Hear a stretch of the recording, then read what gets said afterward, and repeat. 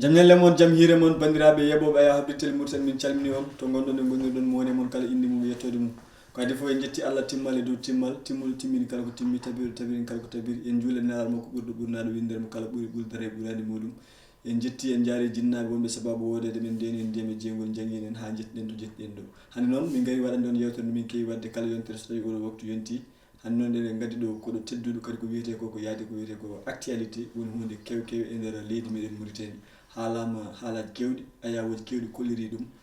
windiyankoɓe kadi hewɓe bindi hen ɗum layi e leyle rendude wonko wiyete ko les réseaux sociaux ɗum woni ko fewti ko wiyete ko concours d' éloquence bannoɗo e nder leydi meɗen Mauritanie e nder ɗiɗo sahaji ɓennude taw wanno koye nder ɗemgal arabe ene wonde ɗemgal français ɗum ñalawma batniɗo waɗa ko toon to assemblée nationale mo leydi Mauritanie woni suudu sarɗiji leydi ndi tako yesso sarɗiyankoɓe e hooreɓe suudu sarɗiji leydi Mauritanie e nder ɗum won goto e hoɓɓe tawtornoɓe oɗon ñalawma keɗɗo ni polgo e nder oɗon ñalawma kañum bismiɗen ɗo sikki ala ma hew mbi on koɗo wiyete ko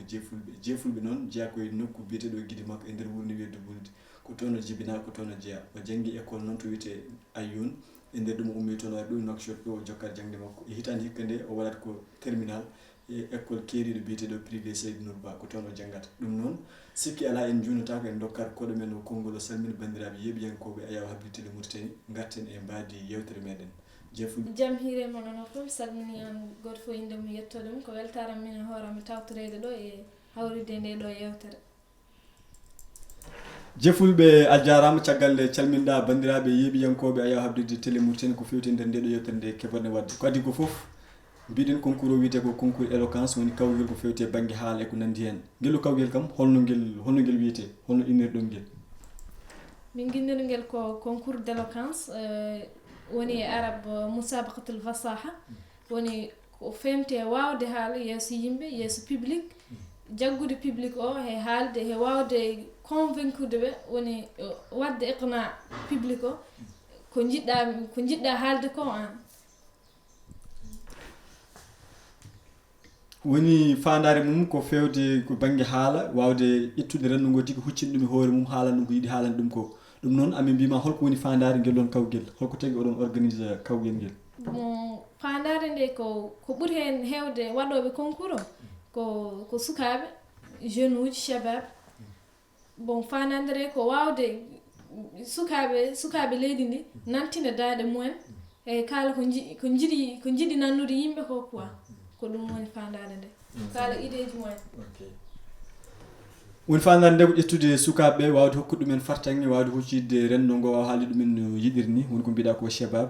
e nder ɗum an ka suka holno tagui holno dewɗa yaade tan ha jiiɗa kawgue ngel ne waɗe mbawɗa nadde hen a wawi hokkude polgu beele koye nder internet koccuɗa ɗum walla ko sehilma haalanma walla organise ɓe ɗum ɓe woni yuɓɓinɓe ɗum ɓe ko ɓen kalanma après garɗa mbawɗa nadde hen bon min koye Facebook jimi ɗum e Facebook komi connectinoɗo mbeɗe suive page uji kewɗi page uji ONG ji kewɗi ko ɓuuri hen hewde ko hen tinanmi activité ji ɗi concours aji ɗi e foof ko hen tinnomi ɗum jimi ɗum namdimi jinnaɓe on taw mbeɗa wawi participe ɓe mbi kam ala probléme ɓe ngala probléme woni envoyé mi ko fatuno koye windude texte mo beelaɗa mbi neldumi texte am hankkadi koni affaire o yaari ko noon hunde nde yaari jiiɗa ɗum koye internet après natɗa hen mbaynoɗa jinnama après mbawɗa jeeyede guelɗo kawguel biyeteguel concours d' éloquence woni ko fewte banggue haala kono noon eɗen gandi ɗum waɗa koye ɗemgal français e ɗemgal arabe an e nder ɗum holden titon cuɓinɗa holgal ɗemgal cuɓinɗa haalde ngal ɗo gollal mbiɗon ko إن الإنسان منذ فجر التاريخ كان بحاجة إلى يد الآخر فلذلك فإن التعايش السلمي والوحدة الوطنية ركيزتان أساسيتان لنمو الدولة ومجتمعاتها مهما كانت الدولة قوية أو ضعيفة فالوحدة والتفاهم أساس التعايش بين المجتمع والتعايش هو أساس السلام والسلام قيمة أساسية عليا ومحورية في حياة الشعوب والأمم فهنا يغيب السلم الاجتماعي في أي مجتمع تغيب معه الحقوق الأخرى فهو اللي يحفظ الأنفس والمعتقدات والحقوق ويحقق الوئام والسلام بين مكونات المجتمع الواحد إن التعايش السلمي بين المجتمع هو أساس أي تقدم وتطور سري وبدونه لا يتوخى أي شيء حيث أن الدين يحث على التعايش والتماسك بقوله جل جلاله واعتصموا بحبل الله جميعا ولا تفرقوا bon kalnomi ɗo ko hafere nangudiral leƴƴi ɗi he gurdugal mumen mbimi hen wonde no ko nangudiral he gurdugal ko ɗum woni fandare leydi ko ɗum mahata leydi par ce que no pulaar wiyata ni jungo woto foɓɓata ko nangodiral ɗumen alhamdulillah Mauritanie ko leƴƴi kewɗi certude joni nangodiral mumen e ɓe ndenta ɓe gona neɗɗo goto ko ɗum nawata farare leydi ndi surtout mi haali hen aya goto hay Allah wasi yimɓe ko yo nangodir mbasa certa gona neɗɗo goto e diine e foof aya mo kalɗa hen ko aya hollum mbawa haalɗum kadi pammina yimɓe aya holko firtata aya ko qawluhu taala wa'tasimu bihablillahi jami'an wala tafarraqu bon mi wawa firtude ayo non foof pulaar kono kam fandare ayo tan ko wondeno julɓe foof yo nangodir e lawol Allah jaggodira gona neɗɗo goto mbasa sertude machallah ɗo kadi nanama famam ko kalɗa e ɗum ɗo ko fate ɗum ɗon aɗa andi kadi kawgal ngel mbe sikki duumima e nder sahaji kewɗi kono aɗa wawi haalande yimɓe hol yimɓe ganduɗa hoore ma ɓen juɓɓinno ɗum fedde tawi ko fedde walla ko laamu ngu yuɓɓinno walla hol juɓɓinno ɗum yuɓɓinno ɗum ko ONG goto fedde wotere nde wiye Traverse Mauritanite Traverse Mauritanite ko fedde toppitinde ko affaire jangde en he jeune uji he pinal he littérature qira'a he foof ko ɗum ɓe fedde nde toppiti he ONG goto international ne wiye UNICEF toppitiɗo kañumno ko fate sukaɓe e foof fiti ko ɗeɗo pelle ɗiɗi ndentino juɓɓini guel ɗo kawguel après an mbawɗa suɓede hen garɗa kawruɗa hen e nder ɗum onon yimɓe suɓanoɓe yo gar toppito kawguel ngel walla yimɓe arnoɓe wadde hen ballal mumen pour wiide en jiiɗi jeede kawguel ngel ha Allah hokkuma an yaltude hoorejo holno ponno ɗon bon nde min gari ɗo nde demi final o min gonno ko 12 nayo jeegom arabe e jeegom français ewa nde min mbaɗi ɗo nde demi final o hankadi min gonti 8 min gonti 8 ashkhas hankadi ko miɗon nde min koccande minen 8 ɗo min gari ɗo ɓe gaddani amen des coach machallah min formama e haala no comment no kalirta heno attirta public e geste uji ma no dillirta heno ƴewirta public e to ewa formation ngaji ɗi alhamdulillah balliti min no fewi e wawde wadde final o no min mbaɗir ɗum ni e assemblée nationale formation ngaji ɗi balliti min no fewi kadi min denti ɗon min gandodiri minen e participinoɓe foof min gandu minen foof wona min neɗɗo goto komin leƴƴi min gandodiri hen min gowodiri hen min mbaddiɗo mommaji belɗi alhamdulillah kono an joni holno jaaruɗa guila fuɗɗode nde ha ñalawma battidiɗo to wiya wonde ko an woni hoorejo woni ko an ardi ɗum holko woni sirru wonko wiide ko le secret beele ko formation woni heblo ngo mbaɗɗum ɗon ngo a tinnima hen no fewi walla so a yeehi galle jamma a ɗantako mbalata ko janggude a refta aɗa yaaha tourne walla holno mbaɗɗa tan ha jettiɗa oɗo stade woni jettiɗa to jettiɗa ɗo kettoɗa hoore bon en fait kañum nde min gari ɗon wato ka jinganaɗo kadi kaala non pas du tout en fait nde min gari ɗo nde min mbaɗi ɗo nde min garti nde demi final nde ɓe gaddi coachuji ɗi nde woni jangguinoɓe en quelque sorte bon geste uji ɗi kam nde min gari nde kam ko mbanmi koye final he wona noon gardunomi ɗo he machallah formation ngaji ɗi ɓeydi min no fewi e côté gestuel e tout ɓe janguini min ko fewi ɓuri ha ɓurti nomin gardunoni wona no ko mbanmi ko assemblée to wona noon gardunomi ɗo he wonno gardunomi goɗɗum mais machallah formation ngaji ɗi balliti kam e diku ɗi ɓeydi kam e galle ne somi hotino koɓe kalanno ko mbeɗa watta ɗum mbeɗa reppita ɗum galle mi watta noɓe kalirni ko foti hen wona ko foti ɓeydede fof mi essaye ɓeydude ɗum kono ɗo joni aɗa andi an tihirode cuɓaɗe ne kewi mbiɗa ɓe kaali ko fewte gonka rewɓe hannde no guuri e nder leydi Mauritanie caɗele keɓal walla gueɗe bani noon ɓe kaali ko fewte banggue laabi accident ji baɗoji goɗɗum ɓe kaali cellal an noon cuɓiɗa haalde ko fewte koddigal leydi Mauritanie goɗon miijo holno arde ma bon miijo ko arde am ko tan ko mi yi tan haalde ɗum tawde wiyaka ya haal Mauritanie mo jiɗɗa o min are hakkilankomi haal par ce que tawde no yimɓeɓe ni ko sertuɓe ne leƴƴi he ɗum ɗo are am wiide haalde haala weddade dandam surtout e sukaɓe worɓe ɓe e pardon sukaɓe Mauritanie foof e nangodiral e mahodiral ko ɗum nafata leydi mbimi yomi haala ɗum wonde no mi hokkaɓe message wonde no nangodiral he ɓamta ko ɗum ɓamtata leydi ndi jungo woto foɓɓata soɓe ndenti kamɓe foof ko ɗum mahata leydi ndi ko mbimi hen ko e arabe he Mauritania mutanawiya ka qawsi quza bi ikhtilafi mujtamaatiha wa tanawwi thaqafatiha lughatan wa lawnan Mauritanie mbimi Mauritanie ne yoori way kono timtimol ni par ce que ne serti alhamdulillah ko ɗum ɓeydi yonnude Mauritanie ne serti couleur aji e haala e pine ko ɗum yonni Mauritanie ko ɗum fof so renti woni hunde wotere ko ma ɓeydu nawde Mauritanie yeeso quoi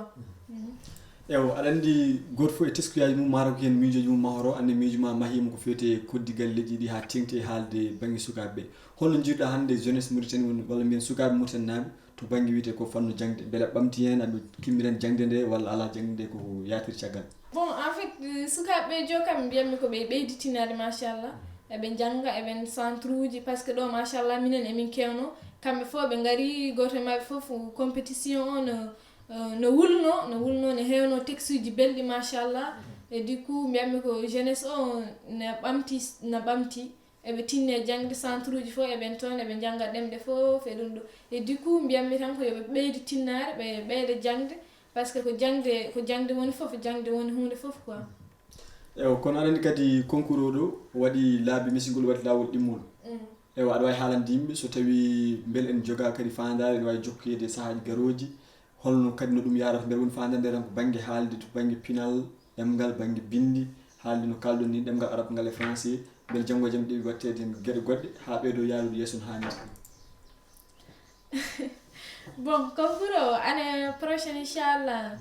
maɓe mbatta ɗum la troisième édition inchallah nuskha thalitha par ce que kañum ɓe miijaki tan dartade ɗo ɓe jiiɗi ko hitande fof ɓe dokka ɗum ɗo sukaɓe leydi ndi occasion e nantinde daade mumen hekoɓe jiiɗi haala koɓe jiiɗi fammin yimɓeɓe e du coup ko ɗum ew minen ɗo concours o inchallah y aura un suivi ma ɓe ɓeydi formation ngaji ɗi ko fati amen e ko fati bindol e ko fati fof min mbawa yarude hen yeeso quoi kono an ɗo joni aɗa andi ndeɗo windande kalɗa mbiɗa ko an suɓani ɗum hoorema wonko an miiji binduɗa beele ko ndeɗo windande wottere meeɗa windu tan walla jogui bindande goɗɗe ɗe binduɗa bon en fait wonami bindo kam no feewi mais kam galle mbiɗa winda deftam ni j'essaie d'écrire certains textes ou bien en fait mais kam bon wonami bindowo tan bindowo vrai mais ko bindugol ni tan aadi bindugol simple e nde ɓe gaali ɗo nde fayti wona windude livre wona windude fof ko windude texte tan ɗum bon mbiyatmi kono weeɓiri fatande élève janggannoɗo ɗum ɗo tiiɗani noon fof windude an ko jiɗɗa cifoɗa Mauritanie mo jiɗɗa o ɗum fotani tiɗɗo suka janggo Mauritanajo janggoɗo quoi ewo joni noon an guillo kawguel banggue waɗannoɓe arabe ɓe ko an hetti hoore holno mbaɗɗa ha ketta hoore kandi dara tan wiya wonde ko an hetti hoore nde an addi holno ɗum wayema bon nde wiyande ɗum woni hoore mi weltino machallah beltimi ewa j'étais choquée en fait كانت فرحة كنت فرحة جدا bon kañum no mbarmi komi sikki hankadi fawti minen ɗo min formama machallah min formama minen fof kadi goto fof texte mum sa nani sa jangi goto fof sa jangi ko windi ko mbiyata ko oya ɓuuri par ce que texte uji ɗi machallah no wanno sens e ko texte uji baɗɗi sens ɗi goni très fort compétition no wulno mais mataw minen fof alhamdulillah mbiyami minen fof komin gagni par ce que ko wonno fandare nde ko an nantina dande ma yeeso yimɓe wona neɗɗo fof hokka ɗum ko a jaaha ha to parlement woni assemblée nationale nantina toon dande ma c'est pas du tout facile min alhamdulillah organisme ɓe gokki min oɗon chance yaade parlement nantinde dande mum c'était ça l'essentiel en fait nantina dande ma kala wona gagnande kadi min mbiyami à la fin minen fof ko min gagné par ce que goto fof ko yinno haalde ko haali ɗum yimɓeɓe nani yimɓeɓe paami ko o yiiɗi haalde ko e du coup hankadi fin wodat tan gañiɗo woda gonɗo premiére woda ɓeya ndewa hen e kañum aɗa andi no kalɗa ni woda tan ardi woda ndewa caggal kadi neɗɗo fof ne jogui no kalɗon ni woni fandare mon hen ko haalde ko fewte no jiɗɗa Mauritanie waya nde kala ɗum ha parɗa wiya ko an ardi ne wawi taw ko banggue windande ma ne woni texte o ɗum tagma ardade walla no banggue no kaldata ni no jartani ɗum tagma ardade e beele won mawɓe wonnoɓe toon e nder assemblée nationale wonko wiyete ko les député garɗo e ma wima weltima walla yihrima hen hoore mum walla faami ko kalɗa ko walla caggal mum gasimo galleji walla internet no nattinɗa hen ha mbawɗa jeeyde kawgel ngel won potɗo e ma tan wima machallah kala ko yirinderen hoore mum hol weltade dañƴa hen après wonde wiya gagné bon mi weltima no feewi no heno wona seeɗa hewɓe noddi kam machallah yimɓe fof noddi kam kadi assemblée ɗo député ji e yimɓe mawɓe woni ummiɓe UNICEF ummiɓe ɗum ɗo poste uji goɗɗi wiya alliance française o hokki kam kadi wiyama armi jangga hedde mabɓe français gratuit comme kadi quoi ewa hewɓe félicité kam machallah yimɓeɓe ɓe hay Facebook à chaque fois waɗa nelde ɗon message ha taw mi anda ɗum won noddirɓe kam ni suudan félicité kam mi andaɓe ni bon du coup j'étais très contente en fait jefulɓe a jarama caggal nde yewtere men ari ha yettiɗo en jokkat seeɗa ko feeti ko wiyete ko wasiyaji aɗa andi haali hande ka suku tokos a yeehi nder internet a wayi ngal ɗo gollal garɗa mbawɗa tawtire ɗum won natoɓe internet taw won goƴaji goɗɗi jogui an hande hol wasiyaji kuccinta e ɓesgu murtannaɓe kala e kuuɓal hol comportement walla holon sifa jiɗɗaɓe cifo bon en fait mbiyatmi sukaɓe leydi ndi tan ko yo jaggodir tinno hen jangde ɓe gona neɗɗo goto ɓe jangga pour ɓe mbawa ɓamtude leydi ndi par ce que ɓe gona neɗɗo goto par ce que ko kamɓe leydi ndi ko leydi mumen ko kayen ɓamtan leydi ndi ɓe mbasa tan fawade e état o walla e mawɓe men walla ɗum ɗo kayen koɓe sukaɓe leydi ndi ko kayen poti ɓamtude leydi ndi ɓe jangga ɓe toppito jangde surtout en arabe ya won ko wiyata ɗon el ilmu yarfa o ɓey tan la imade lahum firti ko noon ko jangde woni hunde fof yooɓe tinno e jangde ɓe namtodira pour ɓe ɓamta leydi ndi ɗum ɗo woni wasiyaji ɗi kuccinɗa e sukaɓe Mauritanie kala e kuuɓal noɓe nangodirta ɓe toppito kadi jangde nde mbawa ƴellide leydi Mauritanie nde tawno fawi koye dow keseji mabɓe kono hol wasiyaji kadi walla hol ñagol kuccinta e laamu ngu wallata en sukaɓe walla wallata sukaɓe no mbawa temterade hande aɗa andi won ko wiyete ko faare ɗannade yaaha caggal leydi taw rewani lawol walla goɗɗum walla banggue to wiyete to banggue golle ha jalna sukaɓe wonde bonɓe e gueɗe mbaɗe noon bon en fait mbiyatmi message am e laamu o tan ko yo ɓeydu tinnare jangde nde ƴewno ɓamtiri jangde nde et surtout au niveau des examens là sukaɓe yo ɗum ɗo beele niveau réussite o ɓeydo quoi les examens ji bac en brevet en concours en niveau élevage ɗi ɓeydo quoi ɓe tinno he jangde nde ɓe mballa sukaɓe les porteurs de projet et financement ji et tout cela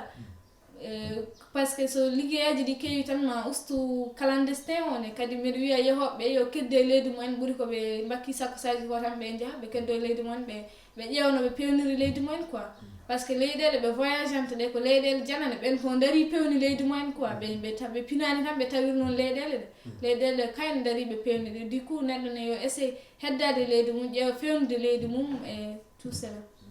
machallah aɗa andi jefulɓe won bandiraɓe rewɓe nanduɓe ma ene kuccire ma ɗo en ɗo joni so tawi a wiyama ya waɗi mabɓe konngol walla erago hol sifa mo jiɗa ha yoɓe cifu kamɓe sukaɓe rewɓe yarate ɓe tolnoma walla ɓe keccuɗa holon comportement mo jiɗɗa ɗum mbayi bon comportement o mbiyammi tan ko yoɓe tinno e jangde mumen par ce que jangde woni hunde fof ɓe mbasa wattude hakkillaji bon e dow wuule ɗe no feewi walla e dartinde jangde mum walla wiyede ne fawe he gorko walla hay duwotoɓe ɓe mbiyata ko yo Allah hokkuma gorko moƴƴo ɓe mbitama ya Allah walluma mawnina jangde ma walla jaaha gona ministére walla ɗum ɗo yoɓe jigo miijoji goɗɗoyɗi quoi ɓe jangga et surtout e réseaux sociaux ji ɗi y a de très bonnes informations qui se diffusent quoi opportunité ji kewɗi mondial ne diffusion hen gratuite de bourse gratuite de formation gratuite a faami donc il faut gona en actualité quoi mbasa nadde Facebook tan pour wiide ça va jaam hiiri e ɗum ɗo y a des informations qui se diffusent ɓe mbatten hakkillaji mumen ɓe tinno e jangde mumen et tout cela bandiraɓe musidɓe tedduɓe yeeɓoɓe habde télé Mauritanie keddoɗen ko hojomaji seeɗa ɗo noon dokken koɗo men wawa waynade bandiraɓe yeeɓoɓe nde ɗo yewtere rendo e ɓamtare wonɓe nder leydi ha e caggal leydi amin mbima holɗin wasiyaji kuccinta e yeeɓoɓe ayaw habde télé Mauritanie e kadi hol yimɓe ɓe ganduɗa hoore ma yetta hen guila kawgal nguel fuɗɗi ha jettiɗa ɗo ha jinganɗema ha gañiɗa hol wasiyaji walla hol konngol mbaynigo mbaynortoɗa bon en fait mbiɗa salmini mi yetti mi salmini yeeɓoɓe foof mi waynimaɓe aussi mbiɗa yetta aussi mi yetti Allah aussi e mi yetti jinnabam wiɓe kamɓe encourage ɓe kamɓe yomi participe concours o quoi ɓe mbasimi hadde et surtout e organise ɓe par ce que ko sababu dilinta sababu quoi ko kayen mbaɗi ha min gari soɓe annonce ani ɗum minen min keptani occasion wadde concours mais ɓe annoncé kadi ɓe gaddi des formateurs yoɓe forme amen pour min mbawa amélioré par ce que koɓe min jangguina koye formation wona juste tan ɗum ma ɗum nafomi amen he gurdam amen ga wona juste tan pour concours ɗum nafata amen he gurdam amen école nomin kaldirta yimɓe nomin mbaɗata e geste henomin joɗirto ma nafoye amen quoi emi yetti encourage ɓe kamɓe foof e arɓe e supporte ka arɓe supportuɓe ɗemne to assemblée nationale to he félicite ɓe kamɓe foof et surtout les professeurs directeur uji école amen et professeur uji école amen et surtout je remercie aussi Kiné Diaw les formateurs Baba Mine e Cheikhnou kamɓe foof e Bios Diallo UNICEF Zahra et an invite ɗo kam o an wot e ɓe déplace ɗaɓe et surtout un dernier remerciement pour mon professeur de sciences Moussa Mangal c'est un professeur qui m'encourage quoi c'est une référence pour moi en fait surtout l'association Yali Almuni et sukaɓe rewɓe arnoɓe encourage de kamɓe foof et professeur français Bass garnoɗo ha assemblée to 3h ari encourage dem e déplacenoɓe foof Aminatou Bilal en tous les Thomas Fadé en kamɓe foof Zeynabou Niang en kamɓe foof mbeɗa félicité ɓe directeur école o Sey Nourba et tout bandiraɓe musidɓe tedduɓe yabannoɓe a yawa hawride télé Mauritanie ɗo yewtere men haaɗi ha saaha goɗɗo so tawi Allah jaaɓi hannde noon ciftini wonno koɗo men ko jeefulɓe mo ganduɗa hoore ma o tawtor noon kawguel biyeteguel concours d' éloquence taw wonno ko ɗo e leydi men Mauritanie saahaji ɓennuɗi ɗi o yaadi noon yimɓe hewɓe Allah waɗi to banggue ɗemgal arab ngal kanko ƴetti hoorejo wonno tirande makko noon ko haalde ko fewti e ceeñu walla gurdam ɓesgu leydi Mauritanie holno foti wurdude e banggue yiyande makko e banggue yidde makko o haali ɗum toon Allah waɗi kanko ƴetti hoorejo kanko wonno hannde koɗo meɗen nder nde ɗo yewtere rendo e ɓamtare bandiraɓe musidɓe tedduɓe kala ko fewi hen ummigol jomiraɗo ko woni fof ko ga ummide tawno ɗemgal wona teppere ko nin tato on jarama ha yontere Allah so tawi Allah jaaɓi